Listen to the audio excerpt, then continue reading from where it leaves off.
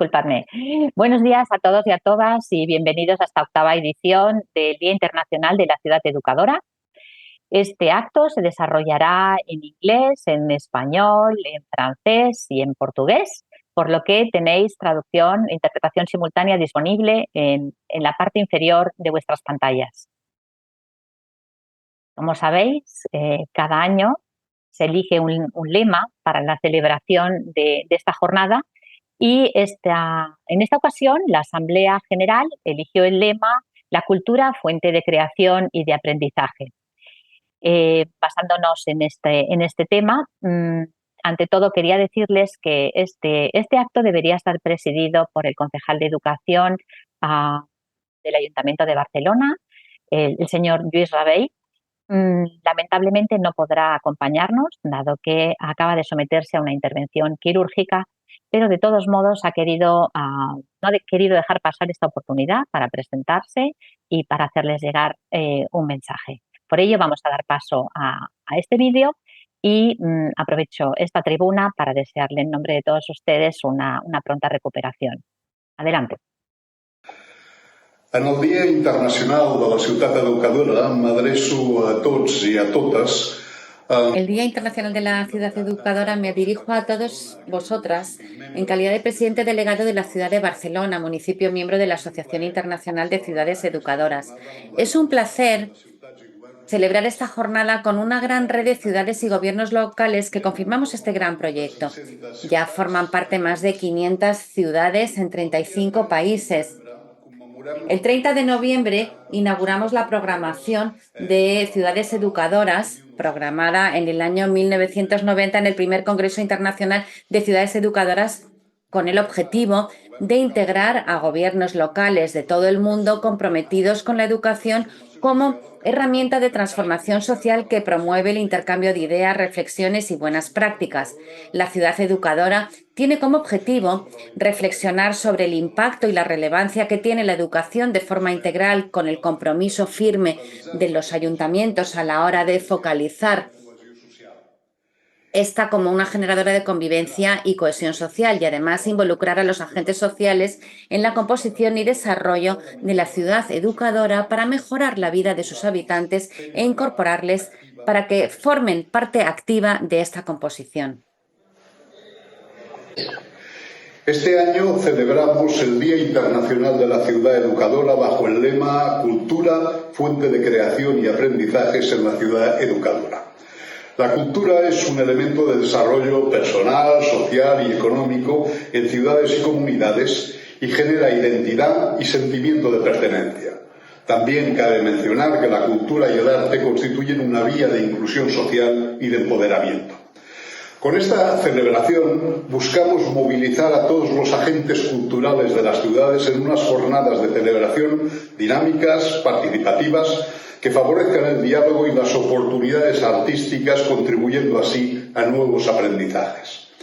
Deseamos que las respectivas celebraciones en los diferentes municipios sean todo un éxito y que con este acontecimiento se generen nuevas sinergias entre los ayuntamientos y las entidades de la sociedad civil. Pues para lograr avanzar hacia el bien común, el derecho a la educación y a la cultura son necesarios espacios y oportunidades como esta, en la cual podamos compartir conocimientos, perspectivas y experiencias, y así celebrar los avances dibujando nuevos horizontes para aunar esfuerzos y avanzar hacia ciudades más educadoras, ciudades de oportunidades, ciudades en suma para todos y para todas.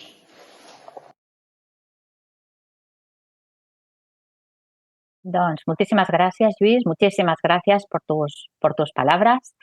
Y bueno, en una óptica de derechos humanos, ¿no?, la plena dignidad de las personas requiere garantizar la capacidad, ¿no?, de ejercer el derecho a la educación y el derecho a participar en la vida cultural. Por ello, con esta celebración pretendemos explorar la interdependencia entre estos dos mundos, ¿no? Dado que si bien la educación y la cultura son dos ámbitos de interés público en los que nuestras ciudades y pueblos dedican muchísimos esfuerzos y ambas comparten muchos objetivos y valores, la implementación tanto de la cultura como de la educación se canaliza generalmente a través de instituciones y mecanismos distintos. para profundizar en la relación entre educación y cultura en nuestras ciudades y para poner de manifiesto que los gobiernos locales podemos llevar a cabo acciones decididas para que estas oportunidades culturales y educativas estén al alcance del conjunto de la población, hemos invitado al doctor Nicolás Barbieri, quien nos ofrecerá una ponencia sobre las desigualdades sociales y culturales y las políticas de equidad. Y también hemos invitado a las ciudades de Katowice, Montevideo y Sao Paulo para que nos compartan algunas de sus políticas e iniciativas que van en esta línea. Permítanme que les presente a nuestro ponente del día de hoy. El doctor Nicolás Barbieri es profesor de la Universitat Oberta de Cataluña, tiene estudios de artes y humanidades, imparte docencia en el máster de gestión cultural de esta universidad y su ámbito de investigación se centra en el análisis de las políticas y derechos culturales. Ha contribuido en el diseño y desarrollo y evaluación de políticas culturales y educativas y ha formado parte del equipo impulsor de la encuesta sobre derechos culturales de la ciudad de Barcelona. Don Nicolás, tienes la palabra. Y para el resto de los participantes, nada, decir que mientras se estén llevando a cabo estas intervenciones, a través de las preguntas question and answers, pueden hacer llegar preguntas tanto a nuestro ponente invitado como a las tres ciudades. Lo iré recordando a lo largo del acto y ahora ya sin más dilación, Nicolás, te cedo la palabra. Era el ímpetu por agradecerte la oportunidad a ti, Marina, y en general a todo el equipo de la asociación, de la organización, no solo por contar conmigo, sino también por el esfuerzo que hay detrás, que he podido ver en primera persona de organizar esta sesión y de intentar conectar con realidades muy diferentes. Yo lo que quisiera era justamente, partiendo, como comentabas, de la idea de hasta qué punto la cultura no solo es fuente de aprendizaje y creatividad, también puede ser fuente de desigualdad, y eso es relevante para pensarlo en términos de educación. Quería ir hacia el tema de cómo desde esas desigualdades podemos partir hacia, o podemos terminar en una mirada de políticas de ciudad que nos permitan trabajar por la equidad. Eso es un poco el mensaje general que va a expresar mi presentación. Voy a ir pasando y lo que quiero es, como decía ahora, comenzar con una imagen de Quino, del padre de Mafalda, seguramente lo conozcan, que creo que deja muy claro, ¿no? Cuando hablamos de cultura, seguramente hablamos de una oportunidad para la convivencia, para la cohesión, para la transformación social, en definitiva, pero también hablamos de desigualdad y de desigualdades. Creo que con esta imagen se explica mucho mejor de lo que quizás yo pueda hacer en 30 minutos, pero quería abrir de esta forma mi intervención.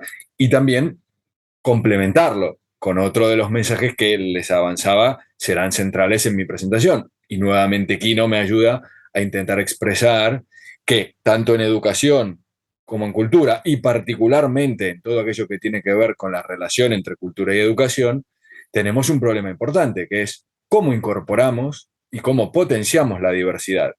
Y no, como aparece y como claramente Quino nos expresa en esta imagen, no como homogeneizamos o como incluso ocultamos o queremos reprimir muchas veces la diversidad de todo tipo. Y eso es lo que de alguna manera abordaré también en mi presentación. Lo digo porque serán los dos mensajes claves que me gustaría compartir y que vale la pena ya ilustrarlos a partir de estas imágenes que, como digo, son mucho más elocuentes de lo que yo pueda quizás decir en los próximos minutos. En todo caso, sí que quiero, desde un intento de aportar un rigor científico y, si se quiere, académico, que no solo se genera conocimiento en la universidad, sino también se genera conocimiento muy relevante fuera de ella. Y creo que esta experiencia que quiero compartir ahora con ustedes es básicamente la de cómo podemos, a través de datos, a través de estadísticas en este caso, referidas a Barcelona, pero que son absolutamente interpretables y contextualizables en otras de las ciudades que hoy seguramente nos acompañan. Por lo tanto, es un caso que nos permite hablar de fenómenos más globales, como, insisto, el de la desigualdad y también, ¿por qué no?, el de la diversidad en las maneras de vivir la cultura. Esta encuesta de derechos culturales que tuve la oportunidad de acompañar desde la universidad al Instituto de Cultura de Barcelona y el Observatorio de Datos culturales del Ayuntamiento de Barcelona, lo que nos plantea es algunos retos importantes. Si hablamos del derecho a participar en la vida cultural de la ciudad, que como avanzábamos es un derecho humano, y por cierto, hablamos del derecho a participar en la vida cultural, no en la cultura con mayúsculas, sino en la vida cultural, con todo lo que ello conlleva. Este derecho creo que queda muy claramente expresado en 4 dimensiones. El acceso a la cultura es una de ellas, ¿no? Asistir, consumir incluso si se quiere, pero también hay otras 3 que muchas veces no se tienen en cuenta. La práctica cultural directa, la expresión y la formación, la educación en los lenguajes, las prácticas y las expresiones artísticas y culturales es fundamental como segunda dimensión del derecho a participar en la vida cultural. La vida comunitaria, cultural y educativa, evidentemente, como tercera dimensión suele, ¿no?, esconderse o no plantearse como un elemento clave cuando hablamos de desigualdades o incluso de derechos. Y la cuarta es la de gobernanza, es hasta qué punto, ¿no?, los derechos culturales también se expresan en la toma de decisiones sobre hacia dónde va la política cultural y particularmente, ¿por qué no?, la política cultural educativa en una ciudad. Con esta encuesta creo que lo que intentábamos, y por eso digo que es un reto global, es no reproducir jerarquías, no reproducir desigualdades en la propia conceptualización de los derechos y de sus prácticas. Es decir, hay una cultura que está legitimada por las instituciones y es una parte vital, ¿no?, de nuestra vida cultural en una ciudad. Pero hay una cultura no legitimada, no reconocida, no nombrada como tal, que también forma parte de nuestros derechos culturales y de nuestra vida cultural. Esta es otra visión de la cultura que creo que es importante poner de relieve en este debate, en esta conferencia. Y por lo que decía también, creo que es importante que prestemos atención no solo a lo que hacemos, sino a las necesidades culturales que como comunidades, como personas, tenemos en el marco, por ejemplo, de una ciudad. Bueno, voy avanzando tampoco para no demorarme y simplemente quiero compartir con ustedes algunos datos para hablar desde, insisto, el máximo rigor posible. Claro, en una ciudad hay territorios, en una ciudad hay barrios, en una ciudad hay espacios territoriales que condicionan nuestra vida cultural y que acumulan muchas veces factores de exclusión, como pueden ser, por ejemplo, la renta, por ejemplo, el origen de las personas o incluso la posibilidad de acceder a un nivel de estudios. Miren cómo cuando preguntamos a las personas, ¿no?, sobre asistencia habitual a actividades de cultura legitimada, que llamaríamos, ¿no?, que avanzaba previamente, ir al teatro, a conciertos, al cine, a exposiciones, a museos, lo que todos ustedes reconocerían rápidamente como actividad cultural, la diferencia entre los barrios de la ciudad, cualquier ciudad, ahora es Barcelona, pero puede ser alguna de las ciudades donde ustedes viven, y el nivel de estudios de las personas que viven en esos barrios son elementos que explican más o menos posibilidades de ejercer ese derecho a participar en la vida cultural y por lo tanto también de acceder a experiencias de formación cultural. Pero claro, creo que junto a eso también tenemos que tener en cuenta otra dimensión, que es la dimensión, si se quiere, de diversidad, como expresaba previamente. Si el barrio es espacio o el territorio es espacio de exclusión y de acumulación de factores que generan desigualdad, también es un espacio de oportunidades para la vida cultural. Porque muchas veces esa vida cultural se vive fuera de los márgenes de las instituciones y fuera de lo que entenderíamos como cultura legitimada. Por eso en nuestra encuesta, y creo que es una pregunta que quizás pueda trasladarles a ustedes, preguntamos por otras actividades no siempre reconocidas como culturales. Pasear por una ciudad, por la naturaleza que esa ciudad comporta, participar en una celebración comunitaria, poder contar historias en comunidad, ya sea a nuestros hijos, hijas o a amigos, amigas y familia. Y miren cómo, ¿no?, el porcentaje de personas que puede realizar este tipo de actividades crece de forma notable e incluso se reducen, si comparamos con los datos previos, esas desigualdades, ¿no? Si miramos también, ahí hay datos de 2019 y 2022, porque fueron 2 encuestas que realizamos en 2 años diferentes, miren cómo crece la vida cultural en estos últimos años en los márgenes de esas instituciones. Lo digo porque esa también es vida cultural que deberíamos contemplar como vida o como derecho que tiene mucho que ver con la cultura y con la vida educativa, con los recursos educativos que contamos en una ciudad. Y como les decía, esa vida cultural muchas veces sucede no solo en actividades, sino en instituciones, espacios o lugares que no siempre reconoceríamos como culturales. Y seguramente ustedes tendrán otros ejemplos de esto, pero la encuesta, que era una encuesta que preguntaba de forma abierta cuáles son los espacios más importantes para la vida cultural de un barrio, nos detecta o nos plantea, estos son datos del 2019, pero se reproducen también en 2022, que sí, los espacios culturales clásicos como bibliotecas, centros culturales, ateneos, son espacios de referencia para esas personas. Pero otros espacios de vida cultural, no siempre legitimados, como por ejemplo una plaza, un parque, una playa, o los equipamientos educativos y equipamientos deportivos, son espacios que la gente reconoce como vitales para su cultura, su vida cultural y evidentemente también sus oportunidades educativas. Quiero ir también sobre otros temas que me parece fundamental traer al debate cuando hablamos de desigualdades en este derecho a participar en la vida cultural. El género y el origen. Hemos hablado de territorio, de renta, de nivel de estudios, ¿no? De culturas en plural, y creo que es importante hablar de cuando la diferencia, y vuelvo a la imagen aquella de Quino, ¿no? Cuando la diferencia se vuelve desigualdad. Es decir, cuando el origen de una persona, por ejemplo, procesos migratorios que no solo se viven en Barcelona, sino en muchas ciudades del mundo, o incluso la identidad de género que se ejerce cada vez de forma más diversa, puede suponer un elemento que condiciona las posibilidades de ejercer el derecho a la vida cultural en una ciudad. Esta es una pregunta que lo ejemplifica simplemente y tenía que ver con la pandemia, pero básicamente con el cierre de equipamientos, infraestructuras, instituciones culturales. Miren qué pasa cuando se le pregunta a las personas si han tenido impacto frente al cierre de bibliotecas, centros cívicos culturales y centros de culto, como iglesias, mezquitas, sinagogas, etc. Miren cómo ese impacto es más alto para las mujeres que para los hombres. Fue más alto durante la pandemia y lo es cada vez que cerramos un equipamiento en un momento específico, ¿no? Estos son los resultados de las personas que califican con 9 o 10 en una escala de 0 a 10, con un impacto de tipo muy importante en su vida cultural. Y luego también, como ustedes podrán ver, ese impacto es mucho más importante para las personas migrantes, las personas que tienen un origen, en este caso visto desde Europa, del resto del mundo, por ejemplo, podría ser de América Latina, podría ser, o es, de hecho, de Asia, que lo que es personas que o bien han tenido la posibilidad de nacer en España, en Barcelona, en Cataluña, o incluso en otro territorio de la Unión Europea. Vean las diferencias en cómo el cierre de un equipamiento cultural educativo, por ejemplo, la biblioteca es un equipamiento cultural educativo por excelencia, cómo eso impacta mucho más en personas con un origen diverso.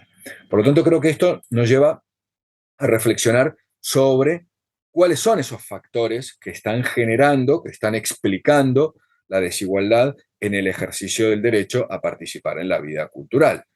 En una investigación que estamos realizando desde hace tiempo, pero que bebe también, que toma algunos de los datos que aquí les presentaba, esta es una investigación que hemos llamado DEPART, ¿no? como acrónimo del derecho a participar en la vida cultural. Analizamos esos factores que generan desigualdad, pero también, y esta será la segunda parte de mi presentación, políticas de respuesta a esas desigualdades. Como les decía, ¿no? A la pregunta de por qué existen desigualdades en el derecho a participar en la vida cultural de la ciudad, podemos resumirlo diciendo: el código postal importa más que el código genético para nuestros derechos culturales, entre ellos el derecho a la educación, a las expresiones culturales. El código postal es más importante que el código genético. Esto lo hemos dicho mucho y lo venimos repitiendo. Factores múltiples esto implica, no solo vivir en un barrio, en un territorio, en un espacio concreto, sino el entorno familiar en el que convives, el origen del que vienes o la identidad de género. Voy avanzando, luego si quieren podemos compartir algunas dudas y preguntas. Entonces vamos a qué respuestas están dando las políticas culturales, particularmente las políticas culturales, e incluso algunas de ellas, políticas que intentan poner en relación sistema cultural y sistema educativo, que como avanzaba Marina, son dos sistemas de política pública que están o han estado muy de espaldas uno al otro, y estas respuestas muchas veces nos indican nuestras propias limitaciones. ¿Por qué no también hablar de la autocrítica que podemos hacer en la universidad respecto a este tema? ¿Cómo son muchas de estas respuestas? En buena ocasión no reconocen la diversidad de formas de participación, ¿no? Lo que avanzaba previamente. La diversidad de formas, por ejemplo, de aprender música, ¿no? No es igual aprender con una metodología individual que con una metodología comunitaria, ¿no? Sin que una sea mejor o peor que otra, tenemos que ser capaces de introducir políticas culturales educativas que reconozcan esa diversidad de formas de participación, simplemente por poner un ejemplo, ¿no? Muchas veces, ¿qué pasa con estas políticas culturales? Que acaban responsabilizando de la desigualdad más a las personas que a las propias instituciones. Es decir, se califica a las personas como personas sin interés en la vida cultural, sin recursos educativos, sin capacidades para tomar sus propias decisiones en su vida cultural. Es decir, se culpabiliza y estigmatiza más a las personas que no a las propias instituciones, que muchas veces son quienes generamos esa distancia, tanto material como simbólica, respecto a la vida cultural de las personas.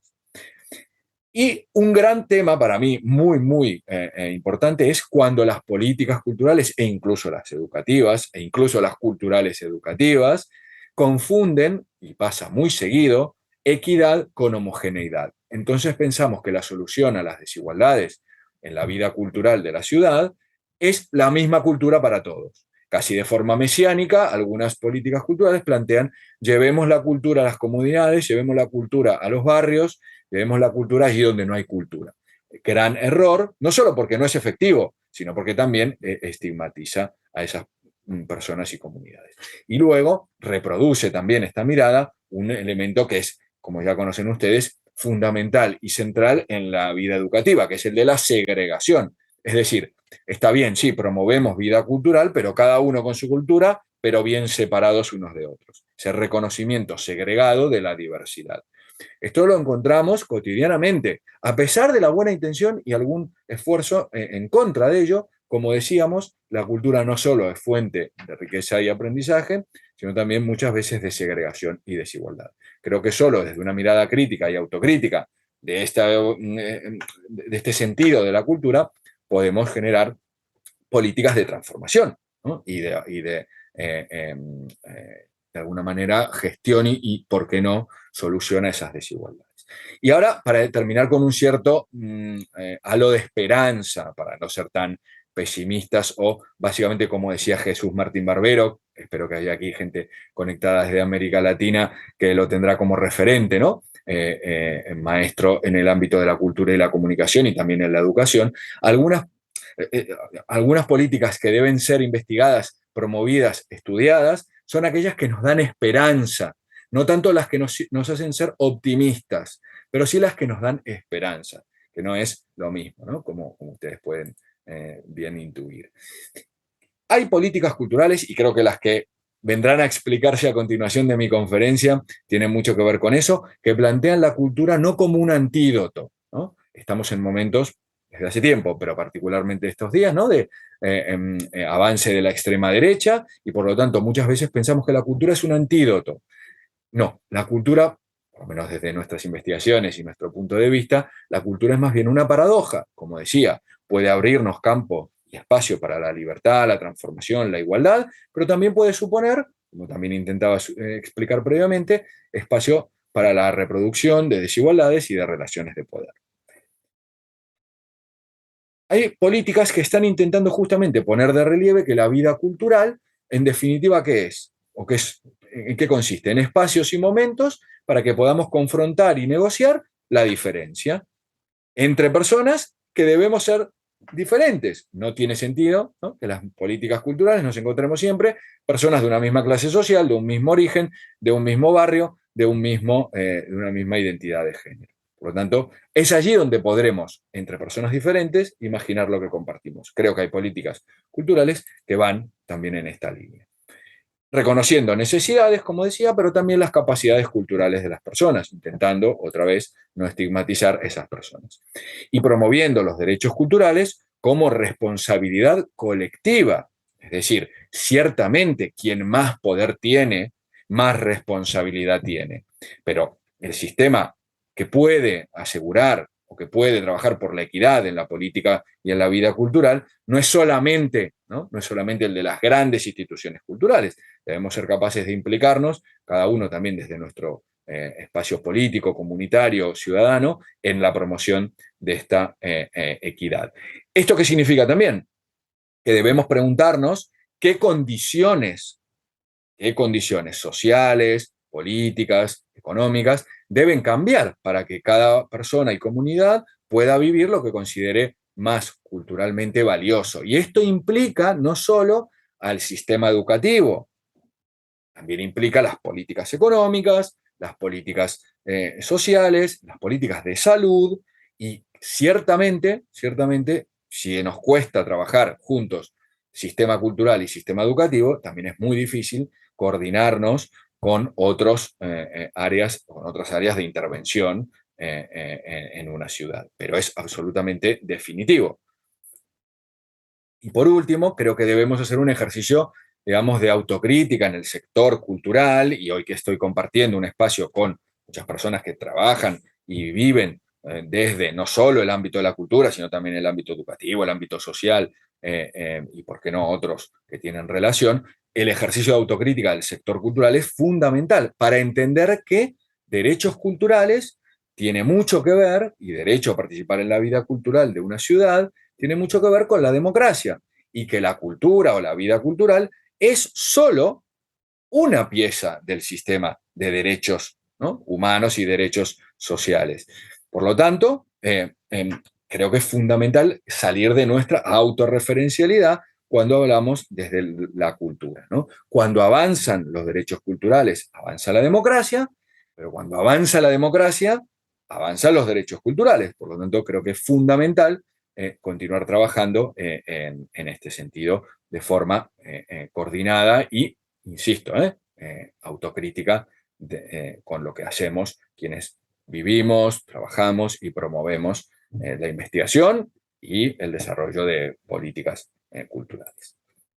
Bueno, y simplemente quería acabar con una breve historia, esto ya es lo último que les digo, y es la historia que tiene que ver con lo que pasó con este escritor, no sé si lo conocen, que se llama Kurt Vonnegut, en el año 2006. En el año 2006, en Nueva York, una profesora de un centro de educación secundaria, de un instituto, planteó un interesante reto a sus estudiantes. Debían escribir una carta a su escritor o escritora favorita y pedirle que viniera a ese centro educativo a impartir una charla, a impartir una conferencia. Se enviaron muchas cartas, pero solo una tuvo respuesta, la de Kurt Vonnegut. Pero en ese momento, Kurt Vonnegut tenía ya 84 años y, según sus propias palabras, el aspecto de una iguana, una iguana. Por eso, en vez de hacer esta charla que estos estudiantes le pedían, el escritor Vonnegut decidió enviar una carta, escribir y enviar una carta a estos estudiantes. La carta es la siguiente, que no la voy a leer yo, ustedes la pueden también consultar, pero sino que lo que voy a hacer es compartir un pequeño video de un actor emergente, ya verán que es un actor emergente que está comenzando, en el cual él mismo lee la carta. Y con esto ya acabo. Ahora voy a pasar aquí. November 5th, 2006. Dear Xavier High School and Miss Lockwood, and Messrs. Perrin, McFeely, Batten, Mora, and Conjusta, I thank you for your friendly letters. You sure know how to... Os doy las gracias por las cartas que habéis enviado en esos años. Ya no hago presentaciones en público, porque ahora parezco una iguana. Lo que tenía que decirles tampoco me llevaría mucho tiempo. Resumiendo, practiquen cualquier arte, música, cantar, bailar, actuar, dibujar, pintar, esculpir, la poesía, la ficción, los ensayos, los reportajes. No importa lo bien o lo mal que lo hagan, y no que lo hagan para ganar dinero, pero para experimentar la sensación de convertirse en algo, para encontrar lo que lleven dentro, para hacer crecer sus almas. ¿En serio? Empiecen ya. Hagan arte y háganlo durante el resto de sus vidas. Dibujen algo gracioso o bonito de la señora Lockwood y dénselo. Vayan bailando a casa al acabar el colegio y canten en la ducha y tal y tal. Dibujen una cara en su puré de patatas. Pretendan que son el conde Drácula. Esta es una tarea para esta noche y espero que la señora Lockwood les suspenda si no lo hacen. Escriban un poema de 6 versos sobre lo que quieran, pero en rima. El tenis no es justo si se juega con red. Háganlo lo mejor que puedan, pero no le cuenten a nadie lo que hacen. No se lo muestren a nadie, ni se lo reciten a nadie, ni a sus novias, ni a sus padres, a quien sea, ni a la señora Lockwood, ¿de acuerdo? Rómpanlo en pequeños pedacitos minúsculos y tírenlos en diferentes cubos de basura. Descubrirán que ya han recibido una gran recompensa gloriosa por su poema. Habrán experimentado lo que es convertirse en algo. Habrán aprendido mucho más de lo que tienen en su interior y habrán hecho crecer sus almas. Que Dios les bendiga a todos. Kurt Vonnegut. Muy bien, comenzaba con Kino y terminamos con Kurt Vonnegut. Esta presentación que espero que les haya resultado inspiradora y que pueda también luego dar lugar a un debate con ustedes en los próximos minutos. Muchísimas gracias de nuevo por la invitación. Muchísimas gracias a ti, Nicolás. Realmente, bueno, con tu conferencia nos has hecho crecer, nos haces ser, ¿no? Como la cultura nos transmites pues todo este bagaje, todo lo que la cultura tiene para aportar, para hacernos crecer como individuos y como comunidades, ¿no? Pues me quedo con algunas de tus frases, ¿no? Que la equidad es una responsabilidad colectiva. Los gobiernos locales tenemos mucho que decir en este ámbito, mucho que hacer más que decir. Y realmente las ciudades educadoras agradecemos tu intervención porque si miramos la Carta de Ciudades Educadoras, ¿no? En el principio 6 queda muy claro, ¿no? Que para tomar buenas decisiones es necesario tener una información y un buen conocimiento sobre el territorio. Y este ejemplo que nos ponías, ¿no? de cómo una ciudad se preocupa por analizar y ver cuál es el alcance de su oferta cultural y qué uso está haciendo, qué disfrute está haciendo a la ciudadanía. Y también está claramente en línea con nuestro principio 4, ¿no? En el que nos comprometemos, ¿no? como ciudad a trabajar para hacer el acceso a la cultura ponerlo al alcance de unos y otros en nuestras ciudades, ¿no? Muchísimas gracias por tu intervención. Yo creo que ahora vamos a pasar a abrir un diálogo pues, con nuestros invitados y este diálogo nos ayudará a ver que lo que tú nos propones ya está sucediendo en muchos territorios. Por ello tenemos aquí 3 buenas prácticas. Tenemos invitados a Katowice, como decía antes, a Montevideo y a la ciudad de Sao Paulo, 3 ciudades distintas y distantes, pero muy próximas en este compromiso al que estamos llamadas las ciudades educadoras. Pues si os parece bien, porque hay que elegir un orden, vamos a elegir el orden alfabético, con lo que empezaríamos por la ciudad de Katowice. Tenemos aquí un representante de esta ciudad. Concretamente tenemos a Lucas Kalembasiak, que os lo voy a presentar muy rápido y veréis enseguida que es una persona que ha estado siempre vinculada al mundo de la cultura y sigue estándolo, y seguro que tiene cosas muy interesantes para compartir con nosotros. Pues desde el año 2012 es el director de comunicación de la institución cultural City of Gardens de la ciudad de Katowice, institución de la que es también director adjunto desde 2021. Formó parte del equipo que logró que prosperara satisfactoriamente la candidatura de Katowice como ciudad creativa de la UNESCO en 2015, incluso como primera ciudad de la música en Polonia. Ha participado en la organización de diversos eventos culturales, como el WOMEX de 2017. También, para los que no lo conocéis, esta es una de las citas más importantes de la industria musical a nivel global. Ha sido también organizador del encuentro anual de las ciudades creativas de la UNESCO en 2018. Empezó su carrera como periodista cultural en importantes periódicos de la ciudad de Katowice. Tiene una sección cultural, estuvo al cargo de una sección cultural entre 2006 y 2011 y es autor de numerosos artículos y editoriales dedicados a temas de artes visuales, música, teatro y también ha hecho colaboraciones en diversos libros y monográficos.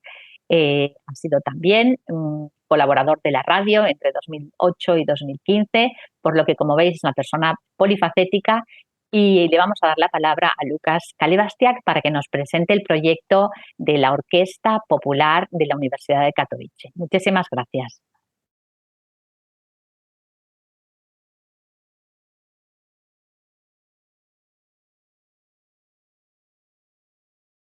Thank you very much. Good morning. Muchas gracias. Buenos días o buenas tardes a los que nos estén viendo desde la otra punta del mundo. Gracias por la presentación y también por la invitación y por darme esta oportunidad de presentarles uno de nuestros proyectos que estamos poniendo en marcha aquí en Katowice, en Polonia. Permítanme empezar dándoles un poco la información de fondo. Es una ciudad postindustrial, Katowice. Y hasta el año 99 la economía de la ciudad se basaba sobre todo en la industria pesada. Había muchas minas de carbón y uno de los aspectos positivos de todo esto es que nos sentimos muy orgullosos de nuestras tradiciones, de las orquestas populares, de las bandas de música, porque casi en todas partes encontramos una de estas bandas de música. Hay centenares o miles incluso de personas que han tocado música en este tipo de bandas. Eso significa que hay centenares de familias y de muchas más personas que han tenido contacto con esto. La música de las bandas y la música de los instrumentos de metal es muy importante en nuestra tradición. Y como han oído, desde el año 2015 la ciudad de Katowice es un miembro muy orgulloso de la red de ciudades creativas de la UNESCO, como centros de música.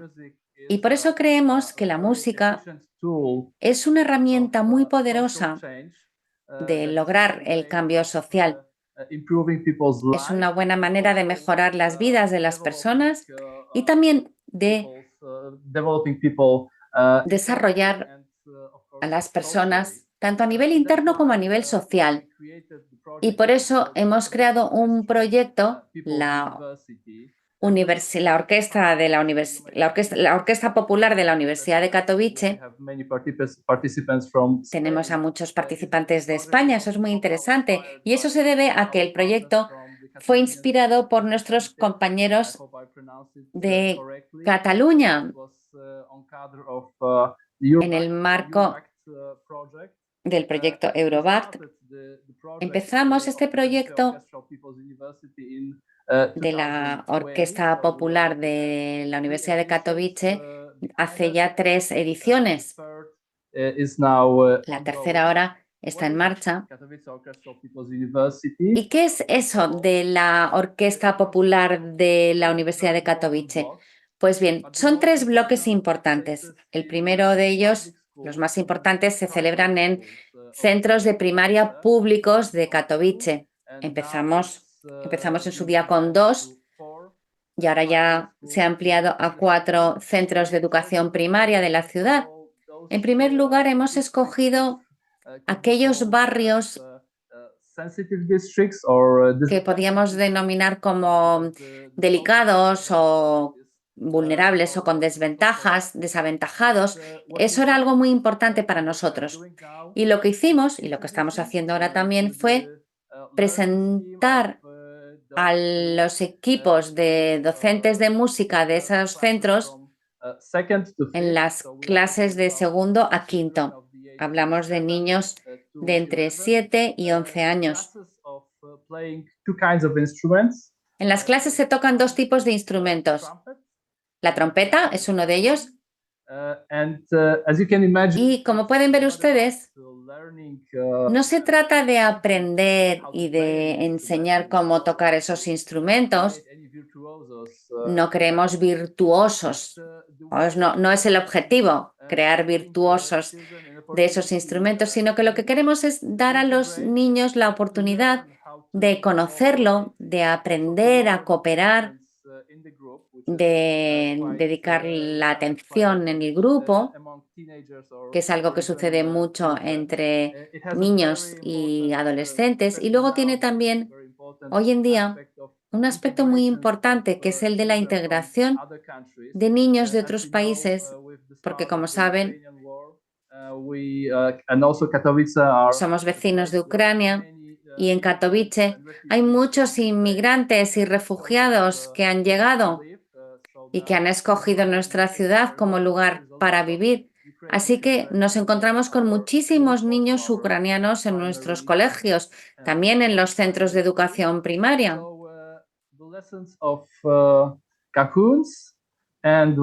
Se aprende el cajón, se aprende a tocar la trompeta también. Son muy populares las clases entre los niños y ahora contamos con que hay más de 2.550 niños que han participado en este proyecto en esos casi 4 años ya de funcionamiento que lleva.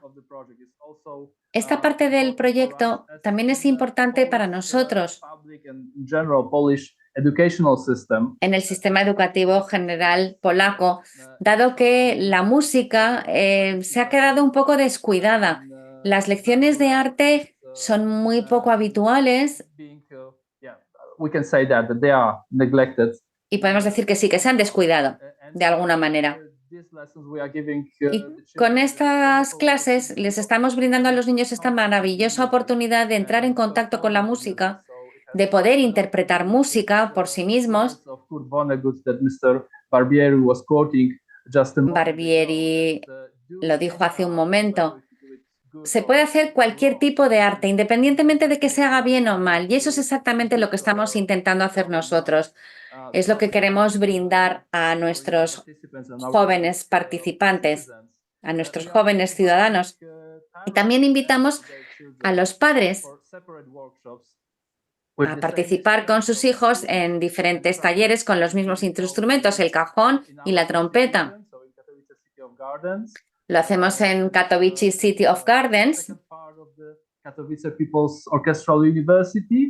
y es la segunda parte de la Orquesta Popular de la Universidad de Katowice. Y luego, por otra parte, aunque no sea por ello menos importante, por último tenemos talleres también destinados a adultos, es decir, para personas que nunca han tocado ningún instrumento, nunca han hecho música, nunca han tenido un instrumento entre sus manos y ahora están aprendiendo a tocar la trompeta a nivel aficionado, evidentemente. Y ese es el tercer elemento, la tercera parte, por así decirlo, de nuestra universidad. Conservar estas tradiciones, hablábamos antes del patrimonio cultural que tienen esas bandas de música de las minas, pues esto nos da una oportunidad muy especial de organizar conciertos de orquestas profesionales que todavía tocan en la ciudad y en la región. Y esto es algo que se organiza también en las escuelas y además también brindamos la oportunidad de que tengan contacto con músicos profesionales que de alguna manera se convierten en embajadores de nuestro proyecto. Así que sí, se conserva esa tradición orquestral, también se da oportunidades a niños con discapacidades con la celebración de talleres en los centros. También en verano organizamos talleres donde invitamos a los niños en los parques a que prueben ese proyecto con nosotros. Y sí, aquí tenemos la gran final. Se celebra a finales de cada curso de nuestra universidad. Nos reunimos con nuestros jóvenes estudiantes y también con los estudiantes adultos. Los reunimos a todos en el gran escenario del Katowice City of Gardens. Hay muchas orquestas profesionales y aficionadas que pueden tocar en directo con asistencia de sus familiares, padres, amigos y donde pueden enseñar, mostrar lo que han conseguido a todo el mundo.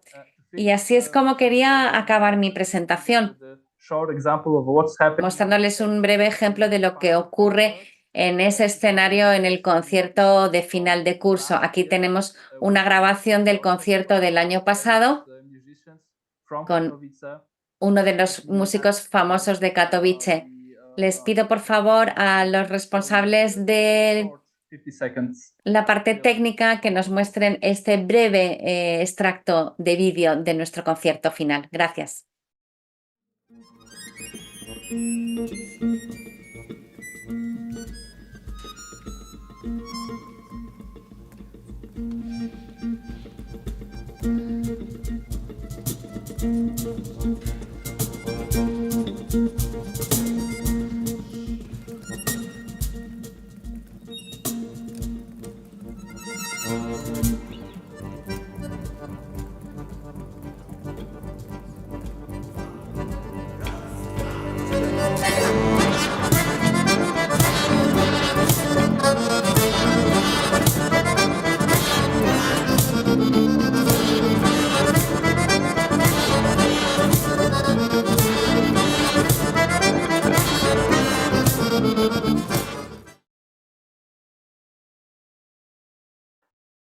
So as you see, those children Como pueden ver, esos niños only once a week for just a few ahí están con una clase a la semana durante unos pocos meses, pero ya pueden actuar en un escenario profesional. Si pasean por Katowice en las próximas semanas, díganmelo porque les puedo invitar al próximo concierto final que tendremos en diciembre. Estaremos encantados de que nos visiten. Muchas gracias por la atención y muchas gracias también por su invitación. Gracias, Lucas, por hacernos partícipes de la vitalidad de la vida cultural y concretamente musical de la ciudad de Katowice. Estamos convencidos que estas oportunidades dadas a estos chicos y chicas realmente habrán mejorado su calidad de vida y habrán producido cambios sociales importantes, ¿no? Estas oportunidades de poder mostrar a sus aprendizajes, a sus avances y poder convivir con otras generaciones, sin duda alguna son experiencias memorables que recordarán toda la vida y que sin duda alguna también tendrán un impacto en su educación y en su formación como personas, ¿no? El sumar tu granito de arena a este concierto no te debe dejar indiferente. Muchísimas gracias por tu aportación y ahora avanzaríamos y daríamos la palabra a nuestro invitado de la ciudad de Montevideo. Si antes teníamos una persona con nosotros, teníamos una persona que ha estado escribiendo, ha estado reportando sobre cultura, ahora tenemos el placer de tener con nosotros al señor Alberto Rivero. Alberto es actor, es director, es docente, dramaturgo, murguista. Es un egresado de la Escuela Multidisciplinaria de Arte Dramático Margarita Xirgu. Desde el año 1995 realizó un posgrado artístico en la escuela de cine de Uruguay. Realizó cursos de perfeccionamiento en el Conservatorio Superior de Arte Dramático de París, en el Centro de Teatro del Oprimido también de París y en la Escuela Nacional de Circo Fratellini de la misma ciudad, así como en el Teatro du Soleil.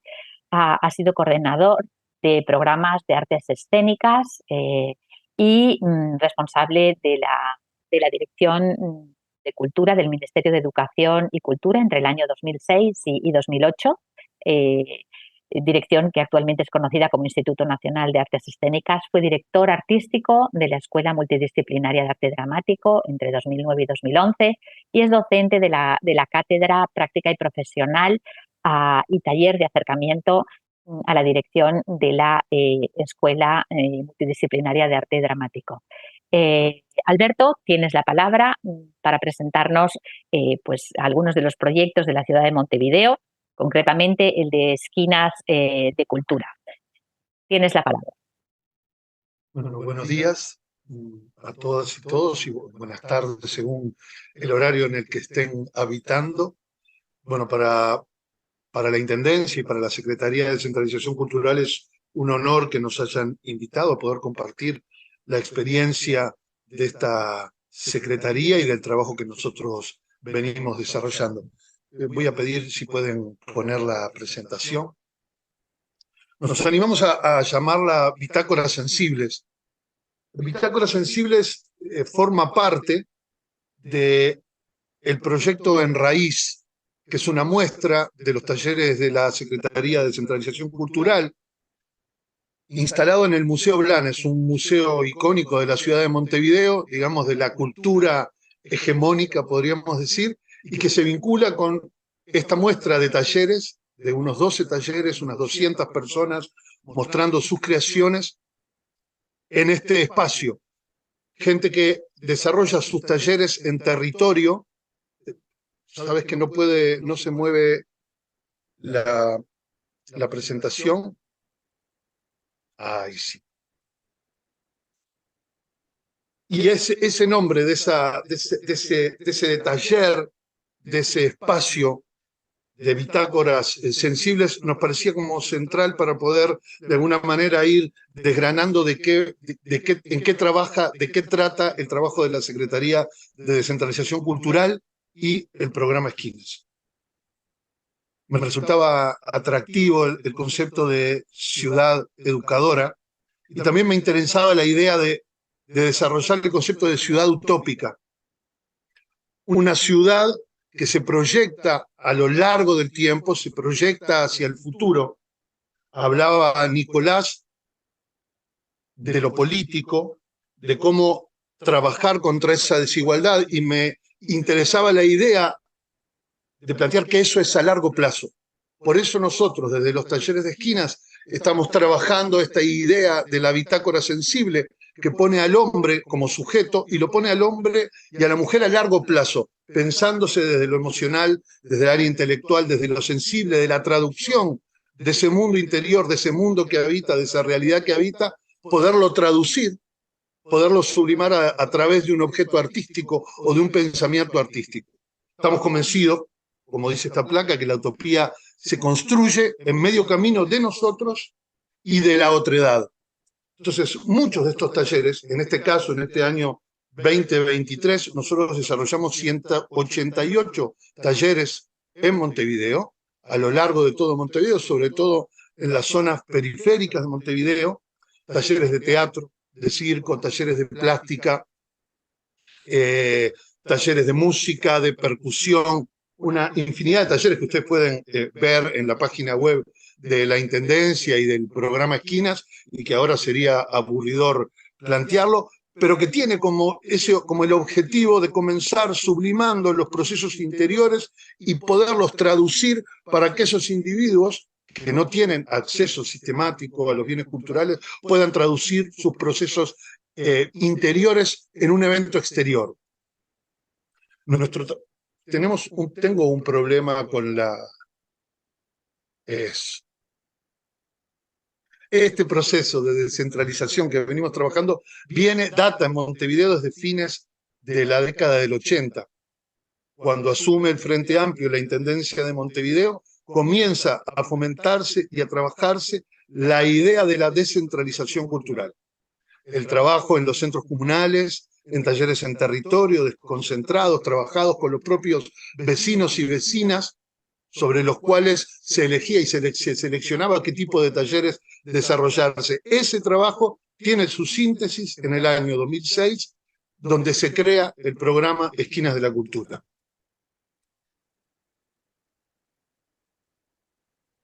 Eso que empezó siendo una cantidad de talleres desconcentrados, porque la centralidad proponía esos talleres en territorio, se empieza a transformar en este esquema, que trataré de ser lo más rápido y menos aburrido posible para que se pueda entender. ¿Lo podemos ampliar, Marc? Gracias. La Secretaría de Descentralización Cultural está conformada por estas secciones: el programa Esquinas, el SACUDE, que es un espacio cultural de salud, cultura y deporte, el CRECE, Flor de Maroñas, que también es otro espacio cultural inaugurado en el año 2019, que también es un proyecto de salud, cultura y deporte, La Escuela Esquinera, que es un centro neurálgico donde tenemos 22 talleres de todo tipo en el que participan personas que trabajan además con organizaciones sociales, el Centro Cultural del Prado y este verde claro que es el Balcón del Cerro que está en construcción, que también es un espacio de salud, cultura y deporte y que inauguraremos el año siguiente. Esta secretaría además está conformada por los gestores territoriales que trabajan en todos los municipios de Montevideo vinculando a los vecinos con los niveles segundo y primer nivel político, con los consejos vecinales, con los alcaldes, con los espacios culturales. Esa secretaría además está conformada por los talleristas, que son el primer contacto con la ciudadanía, los coordinadores, que son quienes tienen el vínculo con los talleristas, los gestores que recién nombraba, que son nexos con diversos actores del territorio, bueno, el personal administrativo, el equipo de comunicación y la dirección política trabajando en territorio. Ese trabajo además está vinculado, como pueden ver, con las salas descentralizadas de Montevideo, con los enclaves culturales, que hoy nosotros estamos trabajando, con aproximadamente 100 enclaves culturales bien diversos, y con los municipios, que es el tercer nivel de gobierno político de la ciudad de Montevideo. Pasamos a la próxima placa. Nuestro objetivo, ustedes lo pueden leer también en la web, es profundizar la democracia y el desarrollo de la participación y la cooperación de las entidades y los ciudadanos. Nosotros queremos empoderar y nuestro trabajo es el empoderamiento de los vecinos y de las vecinas en el entramado cultural. Por eso esto que poníamos al principio de las bitácoras sensibles. Entendemos al ciudadano, entendemos al ser humano como una entidad donde se vincula lo intelectual, su mundo interior, sus decisiones políticas, sus no decisiones políticas. Por eso nosotros trabajamos desde esta secretaría a nivel transversal con muchas de las divisiones y con muchas de las secretarías de la Intendencia de Montevideo, con la discapacidad, diversidad, género, salud, deportes. Entendemos que ese trabajo transversal genera esta equidad, esta igualdad como objetivo utópico del que planteaba Nicolás y que muchas veces se ve afectado por los vaivenes de la vida política. De hecho, esta es una secretaría dentro de la Intendencia Municipal de Montevideo, trabajando con lineamientos claramente políticos y culturales, y eso hace que muchas veces nos encontremos ante los vaivenes de la propia realidad política y de los cambios en la vida política del país y de la ciudad de Montevideo. Pasamos a la siguiente placa. Les mostraba hoy que es en raíz, que es mostrar y compartir. Ese es el Museo Blanes. Pasamos a la siguiente. La idea de una muestra donde hay muchísimas generaciones que conviven. En esta muestra hay muestras de talleres de niños y niñas, talleres de adultos mayores, hay expresiones, como ustedes ven ahí. Trabajamos mucho en este año sobre el autorretrato, sobre la percepción, esto que hablábamos de la bitácora sensible, donde trabajamos dónde nos vemos, dónde estamos, cómo nos colectivizamos, cómo nos encontramos con la otredad, que es fundamental generar esos campos de encuentro, la diversidad, como entendemos al otro diferente y además habilitamos la posibilidad del encuentro en tiempos donde está la batalla de la diversidad y lo binario. Nosotros apelamos y apostamos a que a partir de los talleres que trabajamos en territorio aparezca esa mirada sobre sí mismo para el encuentro con la otredad. Pasamos a la siguiente, por favor. La importancia de los centros culturales. Para nosotros todos los enclaves culturales, centros, complejos, salones cooperativos o comunales, clubes barriales o espacios culturales son posibilitadores de desarrollo interior y exterior y de encuentro de cada uno de los vecinos y de las vecinas que habitan en Montevideo. Por eso, esa cantidad enorme de talleres. Durante cada semana, desde el mes de marzo hasta el mes de diciembre, se mueven entre 3.500 y 4.000 personas en los talleres que se desarrollan en esquinas. O sea, hay 4.000 personas que habitan esos talleres, que participan de esos talleres, que intercambian su mundo interior y su mirada del mundo a través de lo artístico, que aprenden técnica, que pueden desarrollarse personalmente y comunitariamente, que aportan al barrio, que muestran al barrio lo que hacen, que son llamadores de encuentro sensible con otras personas. Por eso para nosotros es central también el trabajo de estos espacios y de mantener su particularidad. A veces un espacio cultural es solo una casa donde habita la poesía, donde se desarrolla un taller de percusión, y eso genera en el entorno del barrio, es un llamador enorme y es como una vela encendida que permite que se desarrollen otros lenguajes en territorio. Estas son una serie de fotos que cuentan, para que ustedes tengan una expresión de lo que son estos espacios culturales. Seguimos con la otra placa, por favor. El espacio público, la plaza. Nosotros festejamos en territorio. Luego de la pandemia, y voy cerrando en esta presentación, luego de la pandemia, nosotros decidimos habilitar y habilitarnos el espacio público como espacio de resistencia cultural y resistencia política.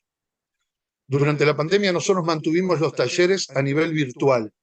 Decidimos mantener la misma cantidad de talleres que venimos desarrollando desde el 2018, 180 talleres se hicieron de manera virtual durante la pandemia para que la gente que estaba en territorio no perdiera ese anclaje de poder desarrollarse aún en ese territorio de encierro al cual nos llevó la pandemia. Apenas salimos de la pandemia, nosotros decidimos tomar las calles, tomar el espacio público, empezamos a hacer lo que se llamaron las milongas esquineras. La primera milonga fue virtual, la segunda milonga fue en las plazas, en las canchas de básquetbol de los barrios. Habitamos y tomamos las plazas para que la gente baile, para que la gente disfrute, para que la gente se abrace, para que la gente disfrute su territorio público y encontrarse con otros. Hemos generado 2 espacios que se llaman A la Vuelta de la Esquina, desarrollados en febrero de 2022 y desarrollados en febrero de 2023, donde desarrollamos actividades durante todos los días del mes de febrero, con milongas en la noche, con ferias culturales durante el día, los fines de semana, para que la gente participara de diferentes talleres, plástica, circo, telas, percusión, etc. La defensa de estos espacios, la defensa de los espacios públicos, para nosotros ha sido una bandera y seguimos trabajando porque eso genera igualdad, no igualdad, genera equidad, genera diversidad, genera encontrarse con los otros, con la otredad, y nos saca de nuestro espacio privado para ponernos en un espacio más colectivo. Muchísimas gracias.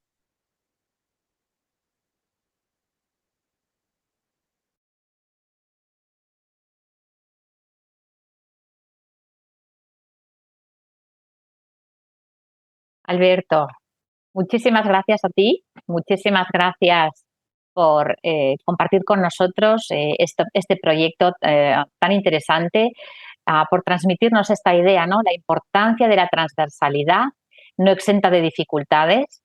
Me ha encantado la combinación de salud, deporte y cultura. Creo que es un ámbito en el que hay margen para explorar en muchas ciudades. Me ha gustado mucho también la idea de tomar las calles, ¿no? De llevar la cultura a la gente, sacarnos de nuestra zona de confort. Me gustó mucho cuando hablabas de eventos interiores, ¿no? De cómo cosas que suceden luego se convierten en un evento exterior, en un taller, en una representación, en un baile, en una plaza, ¿no? Esta voluntad de la municipalidad, de la Intendencia de Montevideo, de crear espacios de encuentro y trabajar la mirada sobre uno mismo para poder conocer al prójimo, ¿no? Realmente muy inspirador, y te estamos muy agradecidos por haber aceptado esta invitación y transmitirnos pues, esta pasión. Ahora vamos a dar la palabra a la señora Roseli Marceli Santos de Carvalho, quien nos presentará los CEUs de la ciudad de Sao Paulo, cómo estos espacios espacios de cultura, espacios de deporte, espacios de educación, son también espacios de oportunidades. Roseli es la coordinadora de estos centros educacionales unificados de la Secretaría Municipal de Sao Paulo. Es licenciada en Educación Física con una especialización en Pedagogía.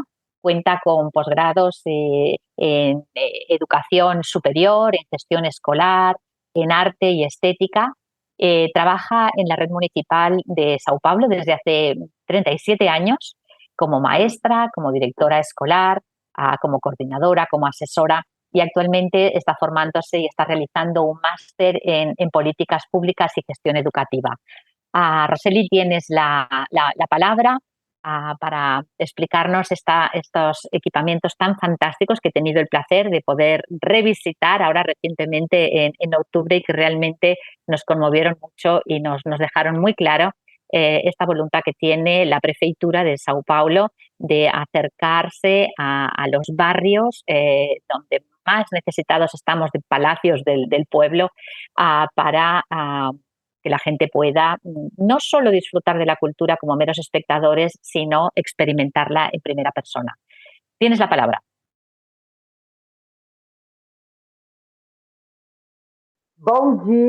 Buenos días, buenas tardes o buenas noches. Vamos a hablar un poco sobre el céu o cielo. Nosotros del CEU, del proyecto CEU, en una gran metrópoli que es São Paulo, nos hemos puesto en puntos estratégicos para ofrecer oportunidad a comunidades vulnerables. El cielo, el céu es inmenso. Cultura, educación, deporte y lazer, centrado en una concepción integral. ¿Usted sabe entonces lo que sería el céu, el cielo? Es el Centro Educacional Unificado. Intentamos a todo momento ofrecer actividades para la comunidad de las escuelas y también para la comunidad ciudadana. El cielo no es una gran escuela, es mucho más que esto. En el CEU tenemos SEI, EMEI, EMEF y otros acrónimos que representan proyectos. El CEU también ofrece Uniceu, que es la universidad del CEU que le ofrece, le proporciona a toda la comunidad ideas conectadas a nuestros proyectos y donde se ofrece diversas modalidades de licenciamiento y cursos a distancia. Y este fortalece el área de la cultura, porque la cultura es muy importante, porque ella habla con los valores, con las tradiciones, y es de este modo, por medio de la cultura, que logramos entender los diferentes grupos. Es especial en el área de innovación, y la cultura también nos transmite conocimiento por medio de estos proyectos. Tenemos teatros donde hay diversos espectáculos artísticos de naturalezas diversas que buscan sumarse a la formación del ciudadano. También damos destaque a los artistas profesionales, pero estimulamos los artistas del propio ambiente, de la propia comunidad. Y eso es una alianza donde la comunidad puede ir al cine, ver películas en sitios que porque generalmente el acceso al cine no es gratuito. En nuestro proyecto SEO sí lo es. En SEO también ofrecemos bibliotecas. Las bibliotecas ofrecen grupos de conversación, de conversatorio, actividades para la comunidad, tanto escolares como para el grupo en general. La biblioteca está abierta al público y fomenta la lectura y la producción literaria, además de otras actividades. Y ahora podemos hablar de deportes, porque en SEO también hay deporte. Tenemos disponibilidad de piscinas para atender a la comunidad, tanto para el ocio, porque está disponible para la comunidad, pero también hay clases con profesionales reconocidos en el área de educación física, como un entrenador o profesores de natación que desarrollan con la comunidad los primeros contactos con el ambiente acuático. Incluso hay clases de hidrogimnasia, porque eso atiende de 0 a 99 años. De 0 hasta la edad en que la persona desee nadar, cualquiera que sea ella. Además de esto, hay canchas de deporte donde se pueden practicar todas las modalidades de deporte y están disponibles para la comunidad. Pero la comunidad, los fines de semana, también puede usar los equipamientos y participar con su grupo, con sus amigos. Entonces, en estas canchas se pueden hacer otras actividades. Además, hay distintas clases de gimnasia, de luchas, porque la idea es que la comunidad practique deporte y elija la actividad. Y, por ejemplo, a lo mejor nos pueden decir qué actividad les gustaría hacer, si no lo ofrecemos, y SEO busca la modalidad para que se pueda utilizar este equipamiento público disponible para ellos. Esto es lo que consideramos que es la gestión pública, para atender a todos los intereses, porque todos nosotros somos sujetos de derechos y deberes. Además, hay espacios de ocio donde la familia puede circular libremente. Y es muy bonito el ambiente y proporciona un ambiente de armonía y belleza. El SEO también nos trae la posibilidad de practicar el skate. Hay clases comunitarias. Enseñamos a niños y adultos a practicar y hay entrenamiento para atletas. Y tenemos también centros de idiomas. Hay distintos idiomas ofrecidos a la comunidad. Y tenemos otras posibilidades como el Fab Lab, que reúne laboratorios de tecnología que enseñan todo lo que deseamos. Por ejemplo, enseñan a transformar todo lo que deseemos en objetos de 3 dimensiones. O sea, hay todo un enfoque de esta área virtual. Tampoco nos podemos olvidar de las cocinas, las llamadas cocinas experimentales, para que la gente pueda hacer cursos para retornar, para volver al mercado de trabajo, cursillos de formación. Lo pueden hacer con sus colegas de comunidad, pueden diseminar su trabajo allí, difundir lo que están haciendo, trabajar en São Paulo. En SEO también ofrecemos los llamados telecentros, que enseñan los principios básicos para trabajar y manejar el ambiente virtual, cómo trabajar por Internet y así facilita el acceso, facilita que la gente no esté rezagada y que acompañe el ritmo, porque el objetivo del SEO es precisamente atender a las personas. Además, tenemos aún la Bebeteca, que es un espacio creado para que los peques tengan autonomía, los bebés, y se pueda desarrollar eso. Uno tiene autonomía para construir su propio camino y ese es el enfoque ahí.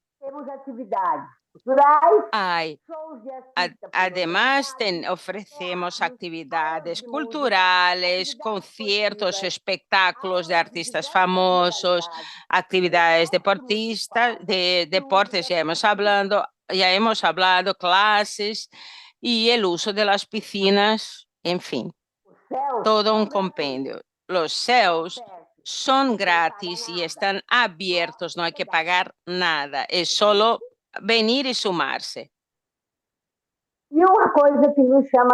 Y algo que nos llama la atención también es que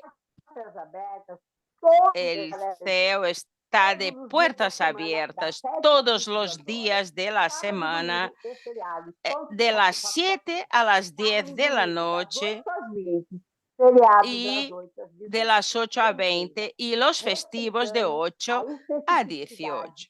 O sea, hay una amplitud de horario para que todos tengan derecho a frecuentarse, crear ambientes de reflexión, de construcción colectiva, para que podamos atender a las comunidades.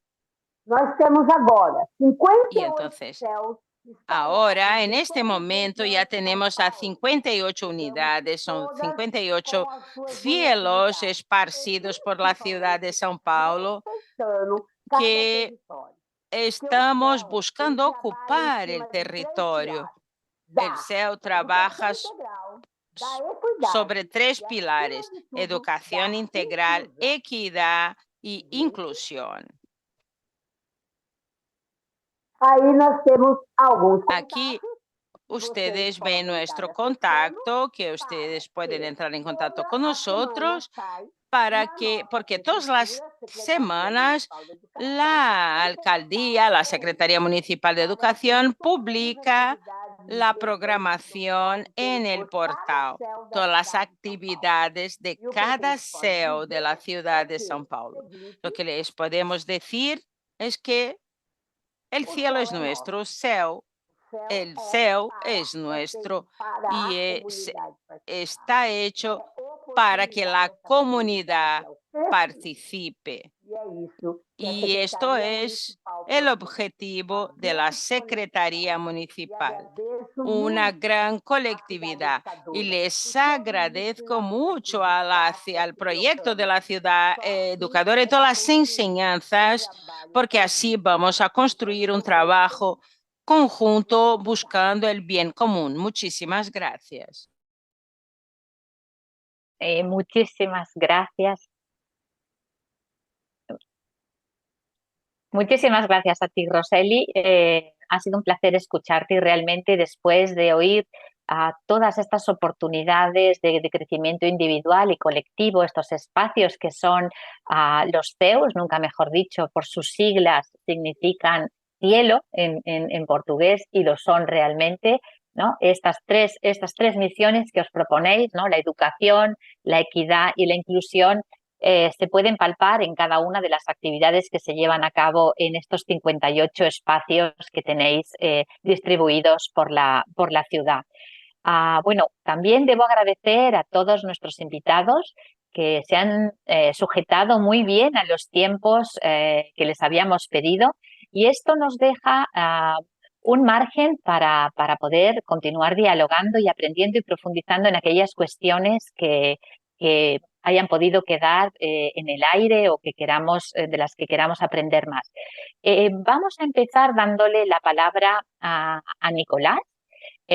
Nicolás, te invitamos a que puedas plantear una pregunta a cada uno de ellos y después compartiríamos preguntas que nos han ido llegando a lo largo de este evento de la audiencia, y de esta manera retenemos un poquito más y seguimos aprendiendo de nuestros invitados. Nicolás, tienes la palabra. Muchas gracias. ¿Qué papel ahora? De hecho, esto pasa como con los buenos alumnos que hacen trabajos que suponen para uno más retos personales en el aprendizaje que la posibilidad de aportar algo que vaya más allá. Han sido experiencias muy interesantes todas y estoy muy agradecido de poder compartir este espacio con ustedes. A mí me toca hacer una pregunta, tengo muchas, pero empecemos por una. Y lo que voy a hacer es un poco de trampa. Voy a hacer una pregunta general que si alguien la quiere recoger, la pueda recoger, y después voy a hacer una para cada uno para ir dándole la palabra. Pero sí que hay una pregunta general que me despertaba curiosidad e interés y que tiene que ver, no sé si lo quieren abordar, con los retos pendientes o los aspectos que de alguna manera u otra no terminan de funcionar como a veces esperamos. Es decir, esa mirada vuestra de aprender también de lo que no funciona como uno quizás pueda esperar, creo que puede generar un conocimiento muy interesante para compartir con el resto de la red. Desde quién participa realmente en vuestras iniciativas, si es las personas y comunidades que ustedes buscaban que participaran, o si hay alguien que está quedando fuera, ¿no?, de ese objetivo, si las, ¿no?, condiciones o la situación de vulnerabilidad de muchas de las comunidades y personas con las que trabajan realmente les permiten tomar parte o formar parte de los procesos que ustedes proponen, o si realmente eso es una barrera muy importante. Y, en definitiva, también quién decide las cosas importantes en vuestras iniciativas, en vuestros proyectos. ¿Decide la institución pública o realmente la toma de decisiones es compartida, negociada y aún más democrática de lo que podemos imaginar? En todo caso, es una pregunta que si alguien quiere recoger, son preguntas que si alguien quiere recoger, adelante. Yo, por mi parte, para Lucas, sí que tengo una pregunta bastante específica, que es, o que tiene que ver con hasta qué punto el proyecto supone una cooperación real entre personas tan, de entrada, diferentes. Es decir, hay gente que son profesionales de la música, entiendo, en vuestro proyecto, hay alumnos y alumnas que están aprendiendo, pero que también tienen sus capacidades, hay familias que quizás por primera vez son convocadas a una actividad de este tipo, hay seguramente, ¿no?, agentes mediadores en todo este proceso. ¿Realmente han conseguido una cooperación entre agentes y personas tan diferentes o todavía es un tema que está pendiente de avanzar?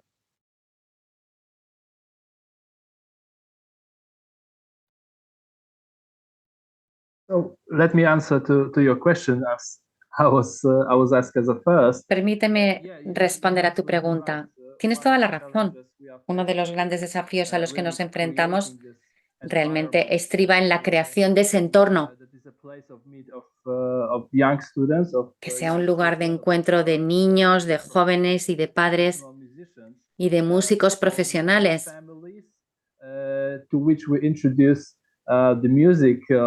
Muchas familias a las que se les ha presentado la música nos dicen que era algo totalmente nuevo para ellos, que primero tuvieron, por así decirlo, que masticarlo, que entender de qué trataba todo eso.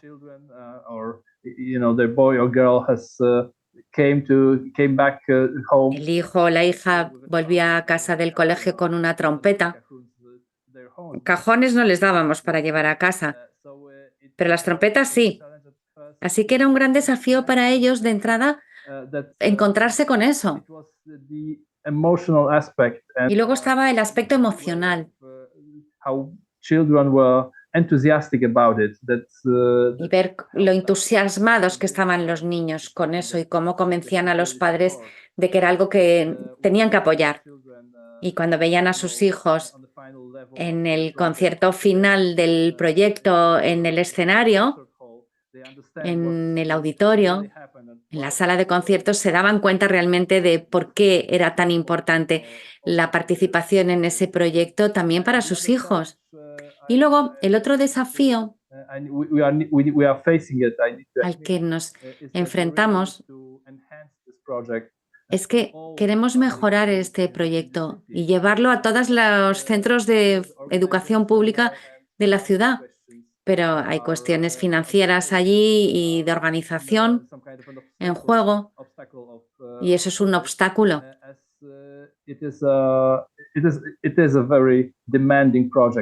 Es un proyecto muy exigente, no solo a nivel financiero, sino también por lo que se refiere a la organización y a la distribución de los instrumentos. Así que tenemos que ir poco a poco, paso a paso, y esperemos poderlo ampliar en los próximos años, aunque es algo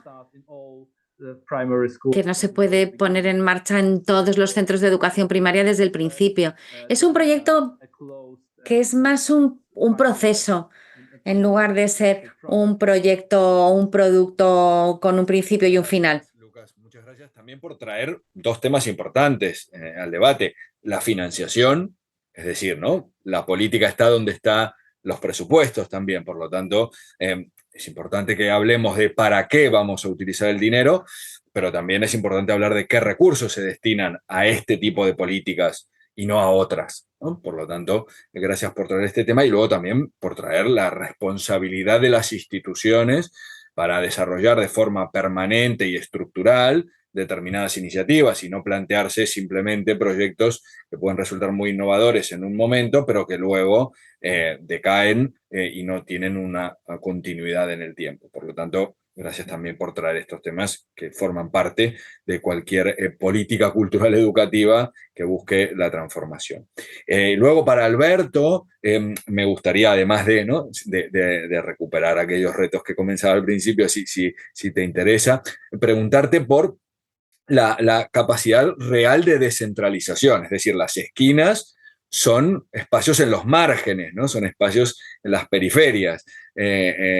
¿Hasta qué punto han conseguido crear nuevas centralidades y no simplemente transferir recursos y propuestas desde una centralidad a unas periferias, ¿no? ¿Hasta qué punto crees que esto ha generado, ¿no? contestación, empoderamiento y nueva centralidad para generar cultura, educación, insisto, al margen probablemente de lo que la propia institución se imagina?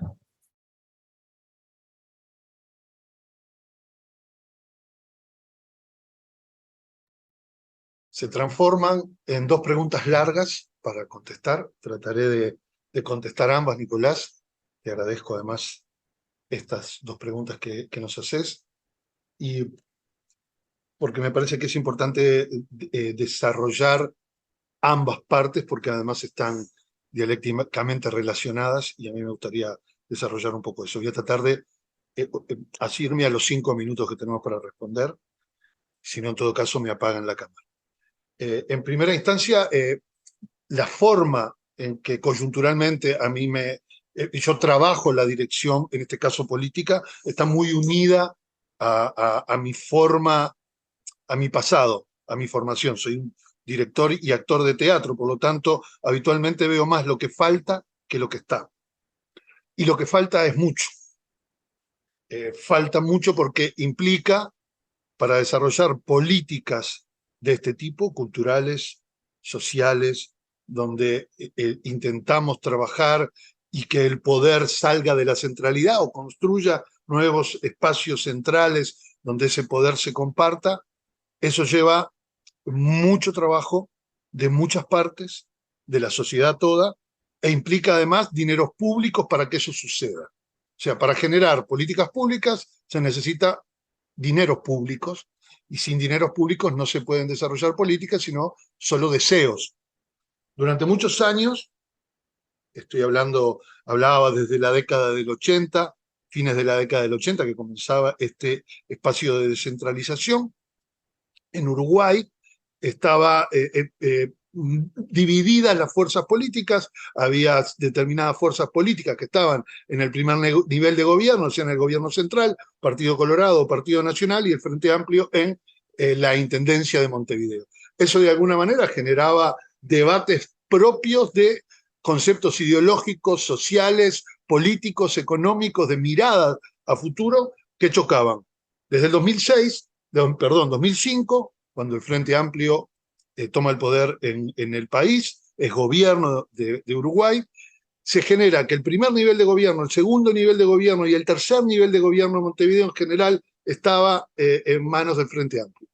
En ese momento hubo un aumento de los dineros públicos dispuestos a esto y una transversalidad en diferentes áreas de la política nacional que permitieron poner el pie en el acelerador en estas políticas públicas y trabajar sobre la idea de la descentralización, además de tener un movimiento social en territorio muy potente, producto de la expectativa de esa ciudad utópica o de ese país utópico que Montevideo se proponía.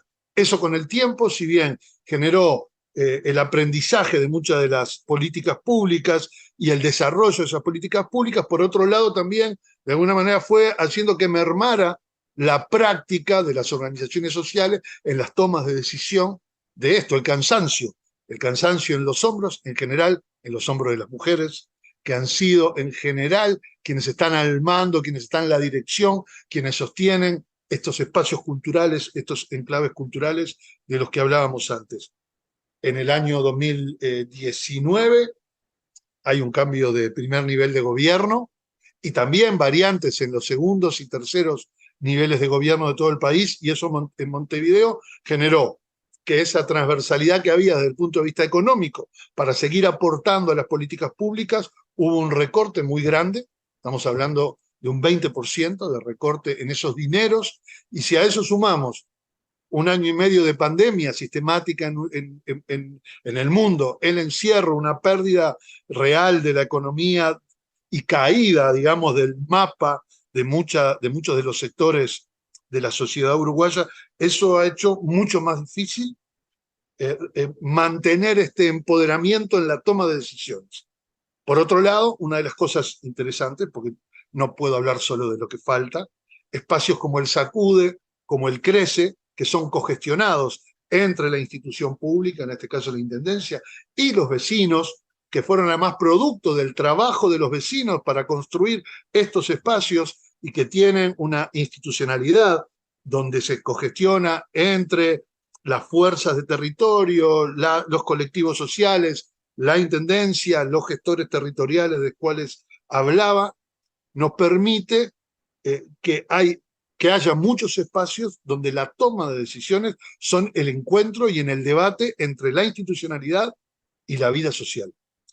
Ese es un acento que nosotros queremos seguir trabajando a futuro, que queremos fortalecer, que estamos repensando, porque entendemos que es central eso para pensar en esta utopía de una ciudad donde el otro salga al encuentro de la otredad para encontrarse y desarrollar. Por otro lado, uno de los acentos que para nosotros es muy importante, nosotros en este mes de noviembre y diciembre estamos cerrando la planificación de los talleres que va a haber en el 2024. Vamos a seguir manteniendo esa cantidad de talleres y siempre, o sea, no les puedo mostrar el pizarrón porque de verdad sería horrible para ustedes ver el pizarrón de trabajo de la oficina. Estamos trabajando con 100 espacios culturales y en esos 100 espacios culturales, en diferentes niveles, las decisiones las tomamos con los vecinos y con las vecinas que gestionan esos espacios culturales. Con ellos discutimos los talleres que ellos entienden que tiene que haber, con ellos discutimos las posibilidades que tenemos, porque los dineros son finitos, para poder aportar esos talleres, que además son talleres transversales, esto que hablábamos en la primera parte de la locución. Por lo tanto, nos falta mucho, pero también hay mucho trabajo hecho con el territorio. Espero haberme asido a los 5 minutos. No, pero no importa, no te preocupes, porque nos has ayudado a entender mucho mejor una realidad compleja y te agradezco también por esta capacidad de generar un poco conocimiento sobre los retos y también sobre las cosas que avanzan en la línea de lo que ustedes se imaginaban. Tomando un poco tu intervención y sobre todo esta demanda que hacías de tener una mirada temporal, creo que para Rosely me gustaría preguntarle, ella que en el caso de los SEU sí que existe de forma consolidada y desde hace más de 20 años una política educativa, cultural también, en una línea coherente y en una línea de trabajo que se presenta como estructural. ¿Qué impacto, Rosely, van detectando que tiene vuestra política, que tienen los CEU y sobre todo qué impacto tienen, entiendo, en esas comunidades, en esas personas en situación de más fragilidad o de más vulnerabilidad, pero que también, por otra parte, tienen capacidades y valores y conocimientos y saberes para compartir. ¿Qué ha pasado en vuestro contacto, en vuestro intercambio en estos 20 años o más de 20 años y qué conclusiones de vuestro impacto puedes compartir en 5 minutos? Sé que no es fácil, pero que quizás para el resto de personas sea muy interesante saber. No es fácil, pero lo que te puedo contar es que CEO, ya dentro de esta concepción, claro, tenemos el desafío de hacer, en primer lugar, que la comunidad nos reconozca y se reconozca a sí mismo en el CEO.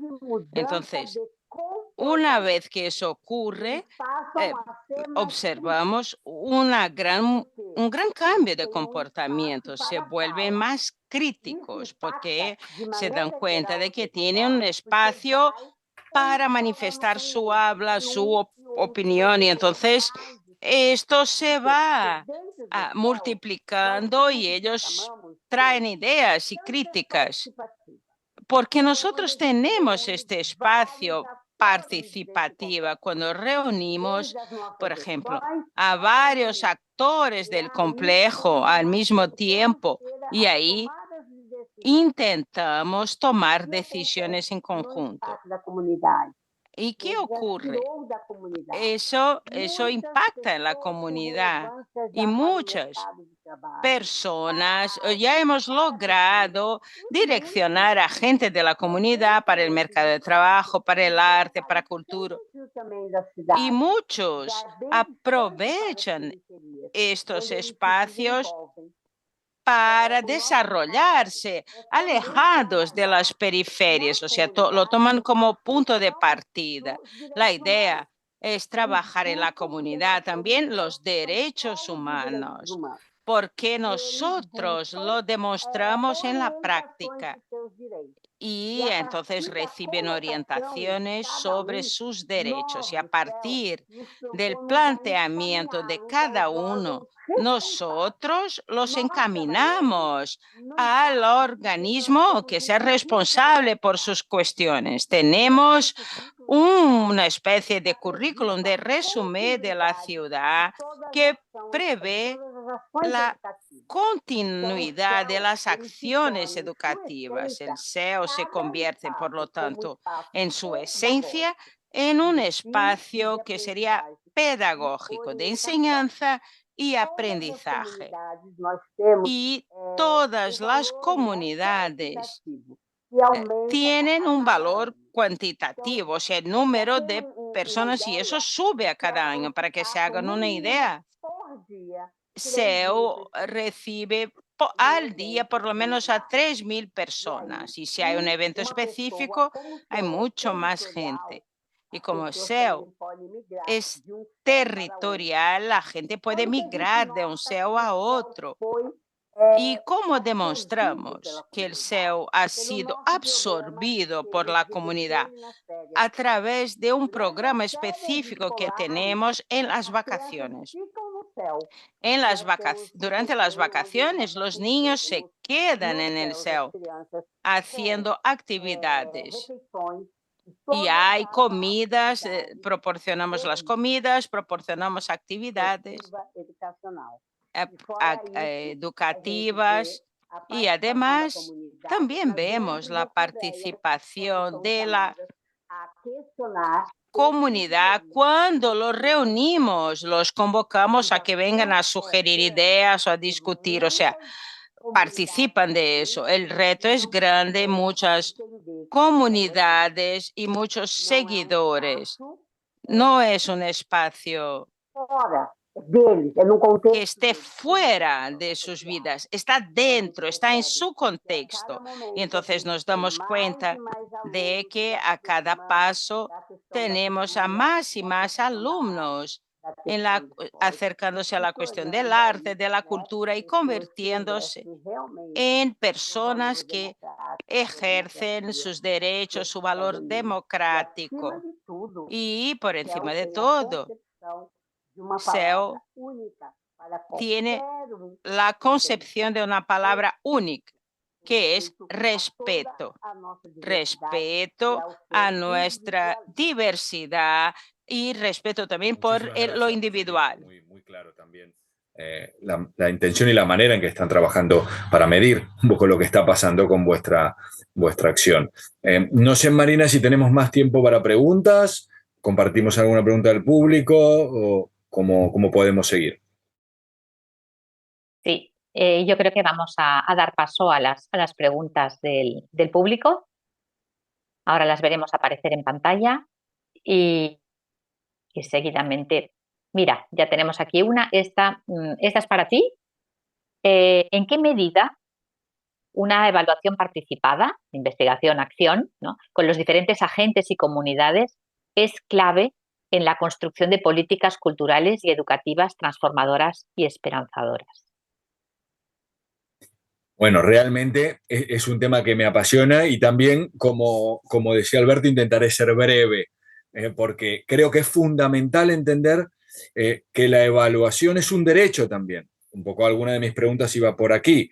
La evaluación es un derecho en el sentido de conocer los resultados de una política pública, pero también un derecho de la ciudadanía y de las comunidades para poder participar en entender qué está pasando con esas intervenciones que nos afectan en el día a día. Por lo tanto, yo sí que tengo mucha confianza y creo que la evaluación puede ser un instrumento para justamente coordinarnos mejor entre personas, organismos y comunidades que vienen de mundos y de saberes diferentes, pero también es un reto y puede ser incluso conflictiva, porque una evaluación debe tener un objetivo equitativo, no un objetivo, si se quiere, de perseguir una comunidad o una política para ver qué es lo que ha hecho mal, sino que lo que debemos entender es que la evaluación es una cultura, es una manera de entender nuestra intervención para poder aprender y mejorar esas intervenciones. Entonces, siempre desde la confianza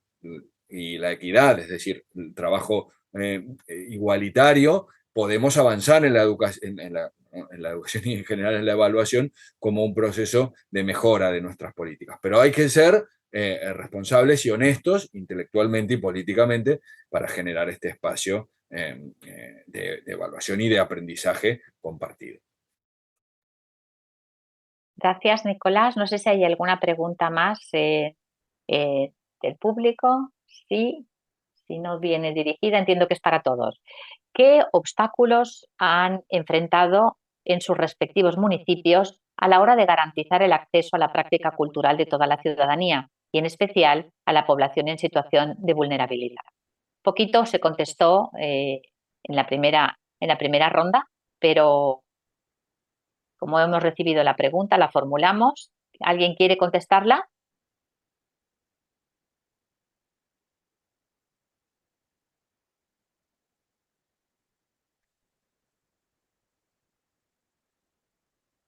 ¿Qué dificultades han encontrado ustedes a la hora de planificar actividades culturales dirigidas a públicos en situación de vulnerabilidad? Bueno, profundizo un poco lo dicho en la anterior intervención. El mayor problema es que las personas con mayor vulnerabilidad social y cultural son quienes menos se organizan para poder acceder a esos espacios, y además está como ese pensamiento de que esta práctica cultural no me pertenece, no es para mí, pertenece a otro segmento de la población. Me parece que esa es una gran dificultad que tiene que ver con una mezcla, con una combinación, apuntaba Nicolás en el principio, entre lo educacional y la cultura, y es a largo plazo. También está unido lo económico, las políticas que generan la percepción de que todo es posible. Eso, evidentemente, en la situación en la que estamos es realmente contracultural. Implicaría un trabajo sistemático, de trabajo transversal de muchas áreas de la política, de la educación, de la cultura, digamos, de lo social reconocido, para poder dejar, digamos, que eso empiece a entenderse. Pensaba en el video con el que terminó Nicolás, que me parece que es muy sintomático de la sociedad en la que vivimos. Gandalf es el que hace que ese texto tenga un valor y pueda ser escuchado. Fue interesante porque además Nicolás lo presentó como alguien emergente y me parece que ahí estuvo toda la paradoja de la que él habló en esa conceptualización. Habló de Ian McKellen como una persona emergente. Si esa carta la hubiese leído un emergente en las redes, no lo hubiéramos escuchado, pero dicho en la voz de Gandalf, tiene un sentido infinitamente más transversal, más social, derrama, tiene otra mirada, es recibido de otra manera. Me parece que ahí aquellos que trabajamos en la cultura fuertemente tenemos que hacer, o sea, aquellos que tenemos un micrófono o pantalla o la posibilidad de ser vistos, tenemos una responsabilidad social, política para que eso se visibilice y eso además se transforme. Muchísimas gracias. ¿Alguno de los invitados quiere añadir algo más? Último, muy breve, un par de minutos. So just one thing, because Solo quería decir una cosa. especially here in Poland, is this lack Aquí en of understanding that Polonia lo que más nos preocupa es esa falta de comprensión, que ustedes entienden muy bien de que la cultura no es únicamente aquello que antes percibíamos como cultura legítima o la alta cultura, que era lo que presentaba Nicolás. También se incluyen aquí otras actividades que están estrechamente relacionadas, como las deportivas, la cocina, la gastronomía, como hemos visto en el proyecto de Roseli. Es algo que no es muy popular en la manera de pensar que tenemos aquí en Polonia, y eso se puede ver incluso en la estructura de los municipios, donde cultura está totalmente separada de la educación. Así que en procesos como el nuestro, donde lo que hacemos es combinar la cultura con la educación y donde introducimos la cultura en las escuelas, no resulta nada fácil hacerlo. Hay que trabajarlo mucho para poder conectar a los diferentes socios y a las diferentes partes interesadas para que puedan entender que se trata de cosas que están estrechamente vinculadas entre sí. Por eso admiro muchísimo lo que se ha conseguido ya en esas ciudades y en esos países. Y estamos intentando seguiros, aunque todavía nos queda mucho camino por delante, por recorrer. Gracias. Apreciación. No sé si Rosely quiere decir en 1 minuto, 2 minutos, unas últimas palabras. Me gustaría decir que además de la cultura, como se dijo, necesitamos una mirada de mucha sensibilidad para esta comunidad que aún no se ha acostumbrado a frecuentar estos espacios. Y eso es una construcción. Ofrecemos un abanico de oportunidades. Y en la medida en que van participando, observamos que una cosa va unida a la otra, porque cuando hablamos de SEO y de cultura, estamos hablando de educación integral y del ser humano en su esencia y en todas las dimensiones. Y una de ellas es verse como ciudadano. Y eso es algo que logramos por medio de distintos modos y culturas, espacios físicos donde se puede recurrir este trayecto y donde la persona se pueda ver como activa y ciudadana. Y ahí tendremos una población que realmente pertenece a su lugar. Pues muchísimas gracias a todos nuestros invitados. Muchísimas gracias por la conferencia, por este diálogo tan interesante. Realmente deseo que haya sido de inspiración para todas las ciudades que han participado. Deseo que mañana lleven a cabo muchas actividades culturales en sus ciudades, que ese es el objetivo que tenemos con esta celebración. Bueno, yo agradecer a nuestros invitados que no solo nos han explicado lo que están llevando a cabo, nos han explicado también, han tenido la generosidad de hablarnos pues, de cuáles son sus dificultades. Ha quedado claro la importancia de la transversalidad, la importancia de la proximidad hacia la ciudadanía y también en algunas de sus intervenciones ha quedado claro pues, que nuestras iniciativas son siempre mejores si las hacemos escuchando y colaborando, co-construyéndolas con la ciudadanía. Pues nada, no me queda nada más decir que realmente estas experiencias nos ayudan a reforzar nuestras democracias, a crecer como personas y como colectividades. Les deseo una buena celebración del Día Internacional mañana en sus ciudades y téngannos al corriente de lo que hagan. Estamos seguros de que podemos seguir aprendiendo unos de otros y que estas celebraciones nos ayudan a avanzar. Gracias a todos nuestros invitados y hasta muy pronto. Seguimos en contacto.